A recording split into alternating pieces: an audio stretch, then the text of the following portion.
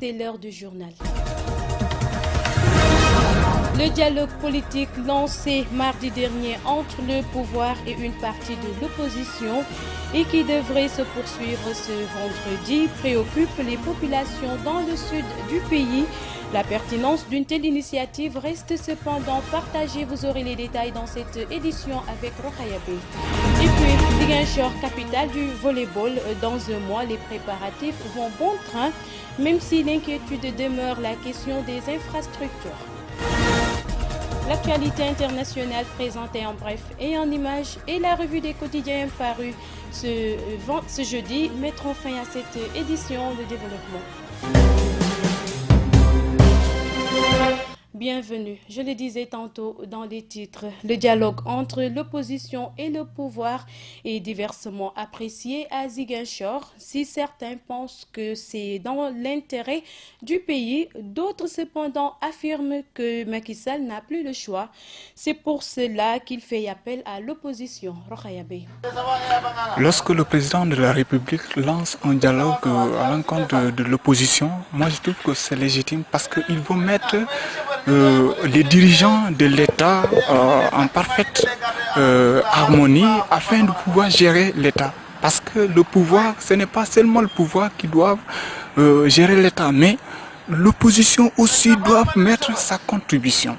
Afin que lorsqu'il y a une entente, là il y aura l'État ou bien la nation sera bien gérée en fait. Je trouve ça bonne chose quoi.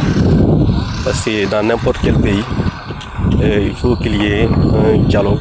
Sinon, le dialogue partout, il y a un dialogue, on peut trouver ça comme une bonne chose quoi.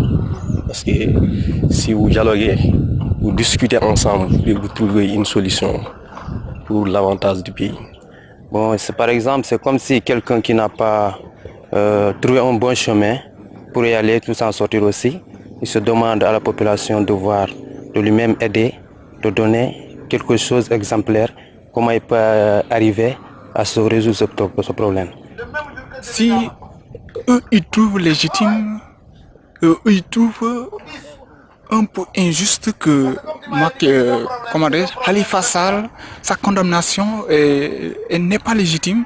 En fait, bon, d'une part, je dirais qu'ils ont raison parce que là, ils doivent réclamer leurs droits.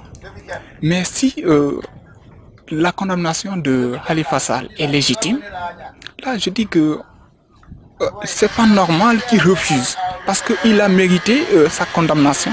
Donc celui qui est fautif doit être condamné. Mais il doit mettre de côté ces choses de Khalifa Sall et venir s'asseoir à la table de négociation. Autre actualité, à l'issue du séminaire régional sur la protection des produits de qualité liés à l'origine qui s'est tenu au Cap Skirring, les experts et autres participants du séminaire ont effectué des visites de terrain dans des unités de transformation de produits locaux basées à Ziguinchor, Bignona et Diouloulou. Ces visites étaient des moments forts d'échange d'expériences entre les pays membres de l'organisation africaine de la propriété intellectuelle Salif Ndiaye. La première étape des visites de terrain s'est déroulée à Waré Production, une unité de fabrication de vinaigre de mangue basée à Ziguinchor. Ce groupe produit près de 30 tonnes de litres de vinaigre par an, avec des procédés de production plus efficients, tout en préservant la qualité du produit fini. Ensuite, c'est le tour du GIE Casa Écologie de Bignona de recevoir les experts venus des pays membres de l'Organisation africaine de la propriété intellectuelle. Ici, également, des femmes spécialisées dans la transformation de jus locaux à base de corosol, de goyave et entre autres ont ébahi l'assistance par leur savoir-faire. Ainsi, la visite s'est terminée chez l'association des planteurs de l'arrondissement de Diouloulou qui s'active dans la promotion de l'arboriculture fruitière de l'apiculture, de la commercialisation de produits et pour la sauvegarde de l'environnement pour un développement durable.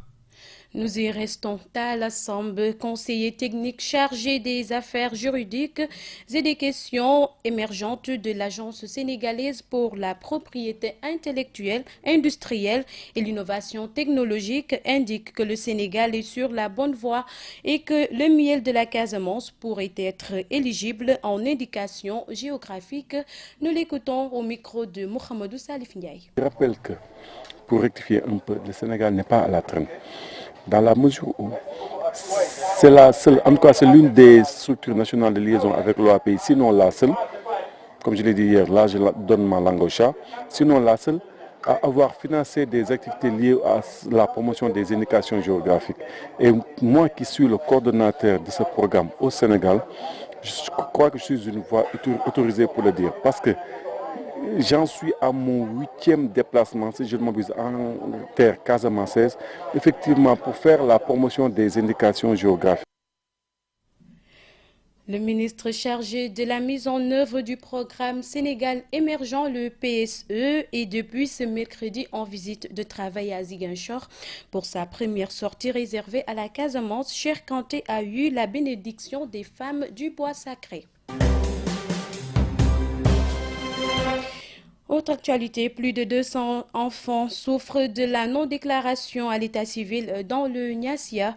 Le forum initié par la dynamique de paix en Casamance a été le lieu pour un fort plaidoyer en faveur de la déclaration des enfants et à la naissance. Didier Sagna, adjoint au maire de Niassia, s'en explique au micro de GMS. Le problème d'extrait est récurrent ici, surtout dans la localité de Toubacouta. Il y en a pas mal d'élèves qui n'ont pas d'extrait. Et aujourd'hui, ceux qui sont nés en 2010, 2011 aussi ont problème d'extrait. Et j'ose dire, hier, nos parents n'ont pas été à l'école et nous avons eu des extraits. Ceux qui sont nés en 2011, leurs parents se réclament intellectuels et au finish ne déclarent pas leurs enfants. L'extrait de naissance est un acte qui permet donc à la statistique de mesurer au moins l'effectif de sa population.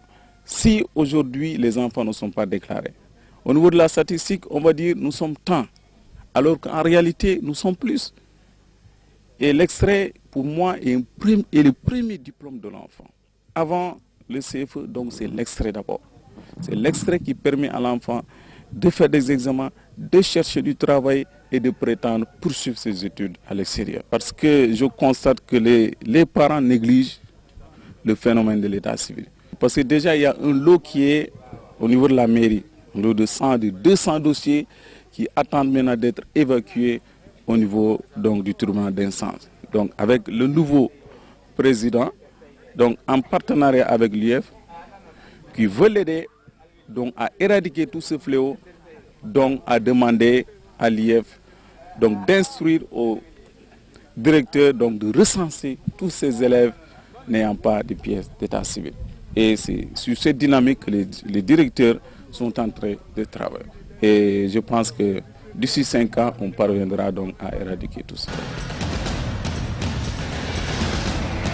Parlons sport. À un mois de l'organisation du tournoi international de volleyball à Ziguinchor, l'équipe de Santhiaba met les bouchées doubles pour relever le défi de l'organisation. Des efforts qui risquent d'être anéantis par le déficit criard d'infrastructures pour accueillir les rencontres. C'est tout le sens de ce cri de cœur de l'entraîneur de Santhiaba Club, Yahya Ndiaye, au micro de GMS. On prépare ce tournoi dans un esprit de sérénité. Il faut avoir le courage de le dire, mais aussi il faut avoir le courage de dire que nous sommes inquiets. Pourquoi nous sommes inquiets? Parce que c'est lié à la forte participation des autres équipes de la sous-région. Donc nous avons un record d'affluence parce que nous avons 8 pays qui vont participer à ce 4e festival international de Ziguinchor, de Santhiaba Club, prévu à Ziguinchor du 26 au 30 décembre. Donc pourquoi nous sommes inquiets? Parce que jadis, le tournoi regroupait que les pays de la zone 2. Aujourd'hui, nous avons 2 pays encore qui viennent se greffer, à savoir des pays de la zone 3. 3 pays, nous avons la Côte d'Ivoire, le Bénin et le Niger. Alors vous voyez que quand nous avons ces hôtes de marque, donc il y a de quoi s'inquiéter parce que ce sont des gens qui ont fait plus de 4000 km, ne serait-ce pour venir assister à ce spectacle, n'est-ce pas, à ce festival, qui a fait déjà sa propre publicité à travers l'Afrique. C'est-à-dire que tout ce qui est attrait au filet, ballon, antenne, chrono, corps, tout est OK. Mais le grand problème, ce sont les infrastructures. Vous avez fait l'état des lieux, vous voyez, c'est alarmant et c'est catastrophique parce que vous avez vu que chez les filles, rien que chez les filles, on a 15 équipes qui doivent jouer en moins de 3 jours. Chez les garçons, les filles ont 33 matchs à jouer. Chez les garçons, nous sommes presque à 45 matchs parce qu'il y a 20 équipes. Alors, qu'est-ce qui se passe? On est obligé à tout prix à ce que le 3e terrain soit fonctionnel. Nous sommes pratiquement jour pour jour à 1 mois de la compétition et jusqu'à présent le 3e terrain n'est pas fonctionnel. Ça signifie que si le terrain n'est pas fonctionnel, donc le tournoi il risque de sombrer, donc on risque de passer à côté de l'organisation. C'est pourquoi on lance un appel à l'endroit de toutes les autorités, des bonnes volontés qui peuvent nous aider, afin qu'on puisse vraiment tout faire pour que ce 3e terrain soit fonctionnel, ce qui fait que ça va peut-être, je dis, sauver un peu la face en matière de marche, d'organisation des marches. Nous passons à présent à l'actualité internationale présentée en bref et en images. Une actualité qui nous mène au Zimbabwe, en Égypte et en Russie. Au Zimbabwe, le nouvel homme fort Emmerson Mnangagwa a salué le début d'une nouvelle démocratie dans son pays au lendemain de la démission historique du président Robert Mugabe, dont il s'apprête à prendre la délicate succession, quelques heures après son retour d'un bref exil en Afrique du Sud. Emmerson a réservé son premier discours public de futur président à quelques centaines de partisans enthousiastes réunis devant le siège du parti au pouvoir, la ZANU-PF. En Égypte, l'armée égyptienne a annoncé avoir détruit 10 véhicules chargés d'armes et de munitions à la frontière libyenne. La semaine dernière, les autorités ont assuré que le groupe Ansar al-Islam, qui a revendiqué l'attaque du 20 octobre ayant tué au moins 16 policiers en Égypte dans le désert occidental, avait été formé dans la ville libyenne de Derna. Et enfin, en Russie, la mise en examen du sénateur et homme d'affaires Souleymane Kerimov pour blanchiment aggravé et fraude fiscale suscite une vague d'indignation au sein de la classe politique russe. Le milliardaire russe sera soumis à un strict contrôle judiciaire de la part des autorités françaises, mais sera défendu avec tous les moyens nécessaires par la Russie, a notamment déclaré le porte-parole du Kremlin. Une avalanche de réactions indignées a suivi la mise en examen de Souleymane en France. C'est tout pour cette édition présentée par Eva Sagna. Merci à toute l'équipe technique et rédactionnelle de GMS FM et GMS.sn. Amis auditeurs, les programmes se poursuivent sur la 89.3 FM. Quant à moi, je vous retrouve demain. Au revoir.